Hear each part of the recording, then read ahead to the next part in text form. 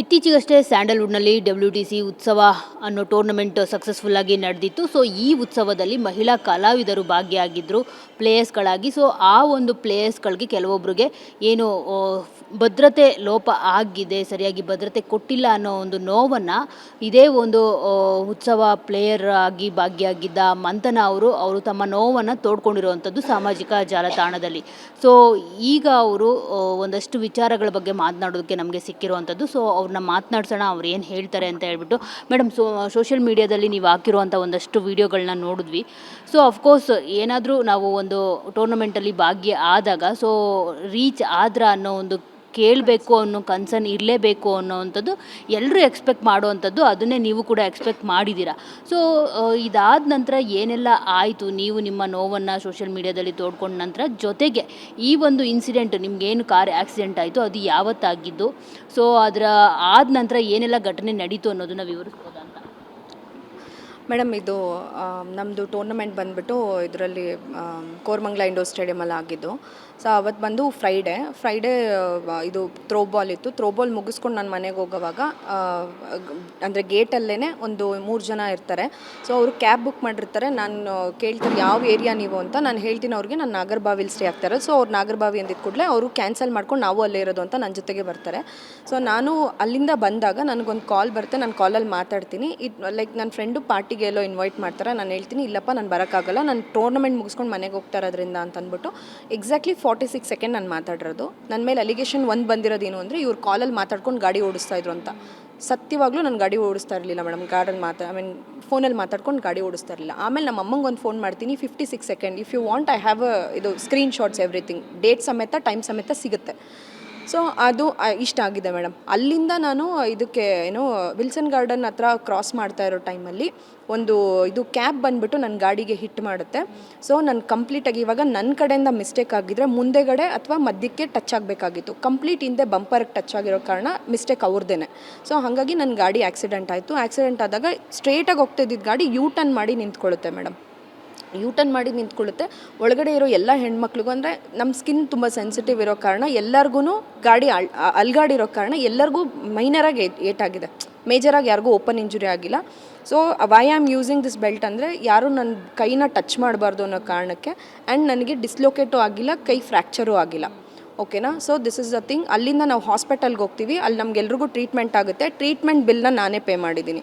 5500 rupees bill ಆಗಿದೆ, ಅದನ್ನು ನಾನೇ ಮಾಡಿರೋದು. ಇವ್ರುಗಳು ನನಗೆ ದುಡ್ಡುಗೋಸ್ಕರ ಮಾಡ್ತಿದ್ದೀರಿ ಅಂತ ಹೇಳ್ತಾರೆ ಕೆಲವೊಬ್ಬರು. ಸೊ ನಾನು ದುಡ್ಡುಗೋಸ್ಕರ ಮಾಡೋದಿದ್ರೆ ನಾನು ಬಿಲ್ ಪೇ ಮಾಡ್ತಾ ಇರಲಿಲ್ಲ ಫಸ್ಟ್ ಥಿಂಗು.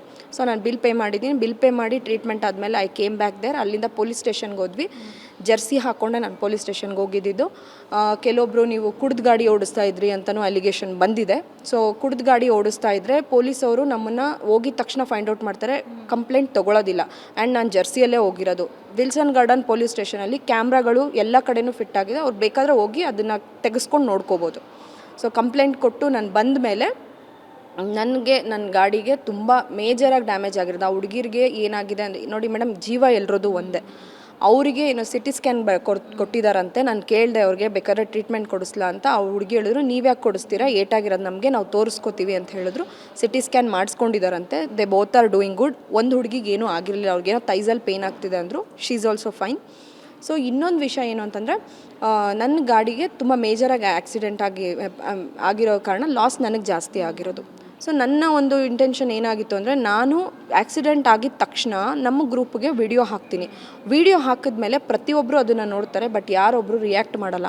ಅವ್ರು ಹೇಳ್ತಾರೆ ನಾವು ರಿಯಾಕ್ಟ್ ಮಾಡಿದ್ವಿ, ನಾವೇ ಫೋನಲ್ಲಿ ಮಾತಾಡ್ಕೊಂಡ್ವಿ, ನಿಮ್ಗೆ ಹೆಲ್ಪ್ ಮಾಡಬೇಕು ಅಂತ ಮಾತಾಡ್ಕೊಂಡ್ವಿ, ಆ ಹುಡುಗಿರ್ನ ಫೋನ್ ಮಾಡಿ ಕೇಳಿದ್ವಿ. ನೋಡಿ ಮೇಡಮ್, ಟೋಟಲ್ ತುಂಬ ಲಾಸ್ ಆಗಿರೋದು ನನಗೆ, ಏಟಾಗಿರೋದು ನನಗೆ, ಕೇಳಬೇಕಾಗಿರೋದು ನನ್ನನ್ನು. ನೀವು ಹಿಂದೆಗಡೆ ಮಾತಾಡ್ಕೊಂಡ್ರೆ ನನಗೇನು ಗೊತ್ತಾಗುತ್ತೆ? This is my question.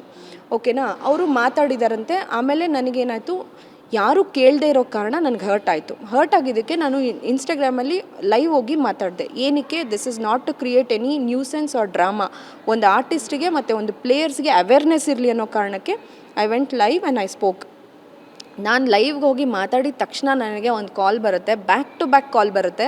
ನಾನು ಆ್ಯಕ್ಚುಲಿ ಈ ಲೈವ್ಗೆ ಹೋಗೋಕ್ಕೂ ಮುಂಚೆ ನಾನು ಪ್ರತಿಯೊಬ್ಬರು, ನಮ್ಮ ಟೂರ್ನಮೆಂಟ್ ಟೀಮ್ ಅವ್ರು ಇರ್ಬೋದು, ಮ್ಯಾನೇಜ್ಮೆಂಟ್ ಟೀಮ್ ಅವ್ರಿಗಿರ್ಬೋದು, ನಮ್ಮ ಟೀಮ್ ಓನರ್ಗಿರ್ಬೋದು, ಪ್ರತಿಯೊಬ್ಬರಿಗೂ ಕಾಲ್ ಮಾಡಿದ್ದೀನಿ.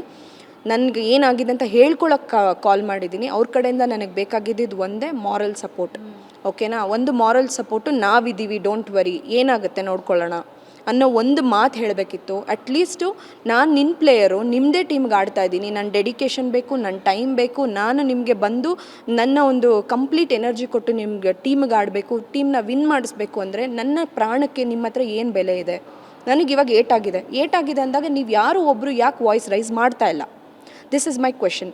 ನನಗೆ ಏಟಾಗಿದೆ ಅಂತ ಗೊತ್ತಾದರೂ ಕೂಡ ಒಬ್ಬರು ಕಾಲ್ ಮಾಡಿ ಏನಾಯಿತು ಅಂತ ಕೇಳಿಲ್ಲ ಮೇಡಮ್. ಕೇಳಿಲ್ಲದೆ ಇರೋ ಕಾರಣ ನಂಗೆ ಹರ್ಟ್ ಆಗಿ ನಾನು ವಿಡಿಯೋ ಮಾಡಿದೆ. ಅವರು ನಮ್ಮ ಟೀಮ್ ಅವ್ರನ್ನ ಕಾಲ್ ಮಾಡಿ ನನ್ನ ಹತ್ರ ತುಂಬ ಮಾತಾಡಿದ್ರು. ಅದರಲ್ಲಿ ನನಗೆ ತುಂಬ ಬೇಜಾರಾಗಿದ್ದು ಕೆಲವೊಂದು ಪಾಯಿಂಟ್ಸ್ ಏನು ಅಂತಂದರೆ, ಮೇಡಮ್ ಅವ್ರು ಹೇಳ್ತಾರೆ, ಸರ್ ನೀವು ಯಾಕೆ ಸರ್ ಅಟ್ಲೀಸ್ಟ್ ನೀವು ನನಗೆ ರೆಸ್ಪಾಂಡ್ ಮಾಡಿಲ್ಲ ಅಂತಂದರೆ ನಮ್ಮ ತಾಯಿಗೆ ನಾನು ಕಾಲ್ ಮಾಡಿ ಮಾತಾಡಲ್ಲ, ನಿಮಗೇನಕ್ಕೆ ಫೋನ್ ಮಾಡಿ ಮಾತಾಡಬೇಕು ಅಂತ ಕೇಳ್ತಾರೆ. ಆಮೇಲೆ ಅವ್ರಿಗೆಷ್ಟೋ ಲಕ್ಷ ಇಂಡಕ್ಷನಲ್ಲಿ ವೇಸ್ಟ್ ಆಗಿದೆಯಂತೆ, ಅದು ಎಷ್ಟೋ ಹೋಗಿದ್ರು ನಾನೇನು ಮಾತಾಡ್ತಾ ಇಲ್ಲ, ಇಂಥವೆಲ್ಲ ಹೋಗಿ ಮಾತಾಡ್ತಾ ಇದ್ದೀರಾ ನೀವು? ಎಲ್ಲ ಹುಡುಗಿರಿಗೂ ಟೂರ್ನಮೆಂಟ್ ಚೆನ್ನಾಗಿದೆ, ನಿಮಗೆ ಟೂರ್ನಮೆಂಟ್ ಚೆನ್ನಾಗಿಲ್ವಾ? ಮೇಡಮ್ ಎಲ್ಲ ಹುಡುಗಿರಿಗೂ ಚೆನ್ನಾಗಿತ್ತು, ಅವ್ರಿಗೆ ಯಾವುದು ಬ್ಯಾಡ್ ಇನ್ಸಿಡೆಂಟ್ ಆಗಿಲ್ಲ. ನಾನು ಚೆನ್ನಾಗಿದ್ದಿದ್ರೆ ನಾನು ಈ ಥರ ವಾಯ್ಸ್ ರೈಸ್ ಮಾಡ್ತಾ ಇರಲಿಲ್ಲ, ಅಂದರೆ ವಾಯ್ಸ್ ರೈಸ್ ಮಾಡಿ ಮಾತಾಡ್ತಾ ಇರಲಿಲ್ಲ. ನಾನು ಹೇಳ್ತಿರೋದೇನು ಗೊತ್ತಾ, ಅವ್ರು ನಾನು ಚೆನ್ನಾಗಿದ್ದಾಗ ನಂಗೆ ಫೋನ್ ಮಾಡಿ ಹೆಂಗಿದೆಯಾ, ಏನು ಮಾಡ್ತಿದ್ದೆ ಅಂತ ಕೇಳೋ ಅವಶ್ಯಕತೆ ಇಲ್ಲ. ಕ್ರಿಟಿಕಲ್ ಕಂಡೀಷನು, 2 ಗಂಟೆ ರಾತ್ರಿಲಿ ಒಂದು ಹುಡುಗಿ ಪೊಲೀಸ್ ಸ್ಟೇಷನ್ಗೆ ಹೋಗಿದ್ದಾಳೆ ಅಂತ ಅಂದಾಗ ಬೇಸಿಕ್ ಕನ್ಸರ್ನ್ ಇರುತ್ತೆ, ಏನಾಗಿದೆ ಅವಳಿಗೆ ಕೇಳೋಣ ಅನ್ನೋದು. ಕೇಳಿಲ್ಲ ಅವ್ರು ಯಾರೂ. ಸರಿ, ಅವ್ರು ಯಾರ ಹತ್ರನೋ ಕೇಳಿ ತಿಳ್ಕೊಂಡಿದ್ರು ಕೂಡ ಪರ್ಸ್ನಲಿ ನನ್ನನ್ನು ಕೇಳ್ಬೋದಿತ್ತಲ್ಲ ಮೇಡಮ್. ಒಂದು ಮೆಸೇಜು, ಸ್ಪೀಡ್ ರಿಕವರಿ ಆಗಿ ಹುಷಾರಾಗಿರಿ ಅಂತ ಒಂದು ಮೆಸೇಜ್ ಹಾಕ್ಬೋದಿತ್ತು. ಯಾರೂ ಹಾಕಿಲ್ಲ ಮೇಡಮ್. ಇಷ್ಟು ಬೇಜವಾಬ್ದಾರಿತನದಿಂದ ಇವ್ರುಗಳು ನಡ್ಕೋತಾರೆ ಅನ್ನೋದಾದರೆ ಮೇಡಮ್, 100ರಿಂದ 150 ಜನ ಹುಡುಗಿರು, ಇನ್ಫ್ಲುಯೆನ್ಸಸ್ ಬರ್ತಾರೆ, ಮೀಡಿಯಾದವ್ರು ಬರ್ತಾರೆ, ಆರ್ಟಿಸ್ಟ್ಗಳು ಬರ್ತಾರೆ, ಹೀರೋಯಿನ್ಸ್ ಬರ್ತಾರೆ. ಪ್ರತಿಯೊಬ್ಬರಿಗೂ ಒಂದೇ ಥರ ಇವರು ಕೇರ್ ಮಾಡ್ತಾರೆ ಅಂದರೆ ಇವ್ರು ಟೂರ್ನಮೆಂಟ್ ಮಾಡಬೇಕು ಮೇಡಮ್, ಇಲ್ಲಾಂದರೆ ಮಾಡಬಾರ್ದು ಮೇಡಮ್. ಯಾಕೆ ಅಂದರೆ ನೋಡಿ, ಒಂದು ಹುಡುಗಿಗೆ ಏನೋ ಆಗಿ ಪ್ರಾಣನೇ ಹೊರಟೋಯ್ತು, ಇಲ್ಲ ಏನೋ ಒಬ್ಳು ಕೈಕಾಲೇ ಮುರಿದೋಯ್ತು, ಯಾರು ಮೇಡಮ್ ಅದಕ್ಕೆ ಹೊಣೆ ಆಗ್ತಾರೆ? ಯಾರೂ ಆಗಲ್ಲ. ಇವ್ರು ಯಾಕೆ ಸೆಲೆಬ್ರಿಟಿ ಲೀಗ್ ಅಂತ ಮಾಡ್ತಾರೆ? ಸೆಲೆಬ್ರಿಟಿ ಲೀಗ್ ಅಂತ ಮಾಡ್ತಾರೆ ಅನ್ನೋದಾದರೆ they have to give door to door safety. ಇಲ್ಲ ಮನೆಗೆ ರೀಚ್ ಆದ್ರೆ ಇಲ್ವಾ ಅಂತ ತಿಳ್ಕೊಳಕ್ಕಾದ್ರೂ ಒಬ್ರನ್ನ ಇಡಬೇಕು, ಅಪಾಯಿಂಟ್ ಮಾಡಬೇಕು. So nothing. ಅವ್ರೇನು ನಾನು ಕೇಳೋದೆ, ನಮ್ಮ ಅಮ್ಮನೇ ಕೇಳಲ್ಲ, ನಿನ್ನ ಯಾಕೆ ಕೇಳಬೇಕು? ಏನು ದುಡ್ಡುಗೋಸ್ಕರ ಮಾಡ್ತಾಯಿದ್ದೀರಾ? 2 ದಿನ ಬಿಟ್ಟು ಕರಿತೀನಿ, ಬಂದು ದುಡ್ಡು ತೊಗೊಂಡೋಗಿ ಅಂತ ಹೇಳ್ತಾರೆ. ದುಡ್ಡುಗೋಸ್ಕರ ಖಂಡಿತವಾಗ್ಲೂ ನಾನು ಮಾಡ್ತಾ ಇಲ್ಲ ಮೇಡಮ್. ಮಾನವೀಯತೆ ಇಲ್ಲ ಮೇಡಮ್. ನನಗೆ ಆಕ್ಸಿಡೆಂಟ್ ಆಗಿದೆ, ನೋ ಬಡಿ ಆಸ್ ಆಸ್ಟ್. ಅವ್ರು ಕೇಳಿಲ್ಲ ಅಂದರೆ ಏನು ನಾನು ಟ್ರೀಟ್ಮೆಂಟ್ ತೊಗೊಂಡಿಲ್ಲ ಅಥವಾ ನಾನು ಗಾಡಿ ರೆಡಿ ಮಾಡಿಸ್ತಾ ಇಲ್ಲ ಅಂತಲ್ಲ. ಖಂಡಿತವಾಗ್ಲೂ ನನ್ನ ಗಾಡಿ ರೆಡಿ ಆಗ್ತಾ ಇದೆ, ನಾನು ಟ್ರೀಟ್ಮೆಂಟ್ ತೊಗೊಂಡಿದ್ದೀನಿ. ಬಟ್ ಸ್ಟಿಲ್ ಹೇಳೋದು, ಒಂದು ಹ್ಯುಮ್ಯಾನಿಟಿ ಇರಬೇಕು. ನಿಮ್ಮ ಟೀಮ್ ಹುಡುಗಿ ನಾನು. ಸೊ ನೀವೇ ಕೇಳಿಲ್ಲ ಅಂದರೆ ಯಾರು ಕೇಳ್ತಾರೆ?